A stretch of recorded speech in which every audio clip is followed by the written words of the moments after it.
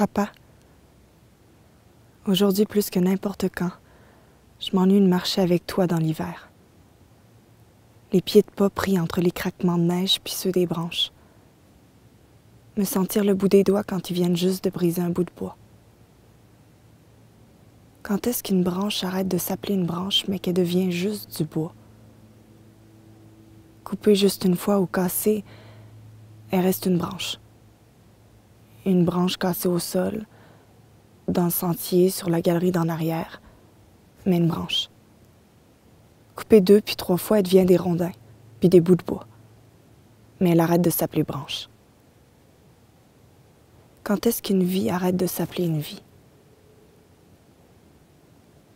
À 20 puis 30 ans, tu noies ta peine dans quelque chose, n'importe quoi.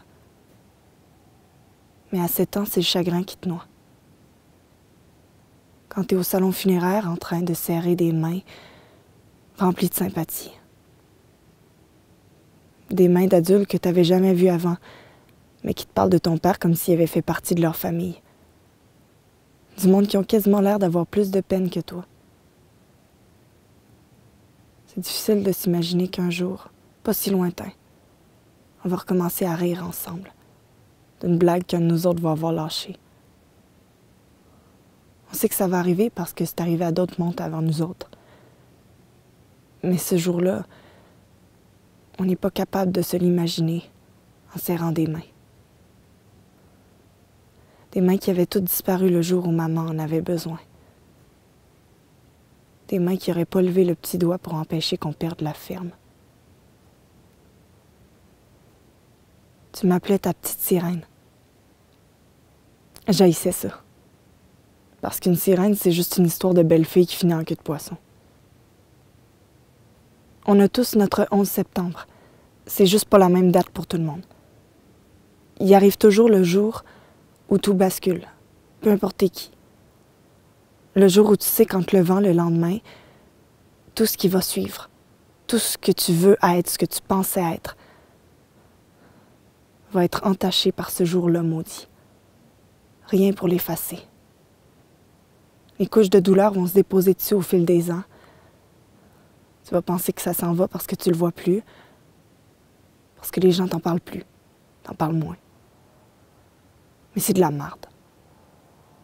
Ton 11 septembre, il dort peut-être, mais il est pas mort. Il peut réapparaître n'importe quand. Même dans une brasserie du centre-ville un vendredi soir. Mourir, c'est quand tu regardes le bonheur comme quelque chose au passé. J'ai de moins en moins d'images de toi. Je nous revois en train de faire des affaires, en train de jouer. Mais je suis jamais certaine si c'est dans mes souvenirs ou si c'est parce que vous me l'avez raconté plus tard. Je nous revois en train de marcher dans le boisé, un dimanche, toute la famille, tous les 6 à se lancer des feuilles. Ça sentait tellement bon que je t'avais demandé si on pouvait pas prendre une photo de l'odeur, parce que je voulais la ramener à l'école pour qu'on puisse l'envoyer aux enfants dans les pays pauvres. Je revois ta silhouette qui tient mon bicycle. Une main sur l'arrière de mon siège, puis l'autre par-dessus la mienne, bien serrée sur le guidon. J'entends ta voix me crier « Vas-y, pédale !» Mais ton visage, lui, s'efface. J'avais 7 ans, toi 46. Je me rappelle que j'étais grande de même à côté de toi, puis que toi, t'étais géant de même. Mais là, à cette heure que je suis rendue grande de même, toi, je le sais plus trop. J'aurais aimé ça continuer à t'imaginer en train de grandir, qu'on reste toujours avec la même différence. Mais mon imagination s'y refuse.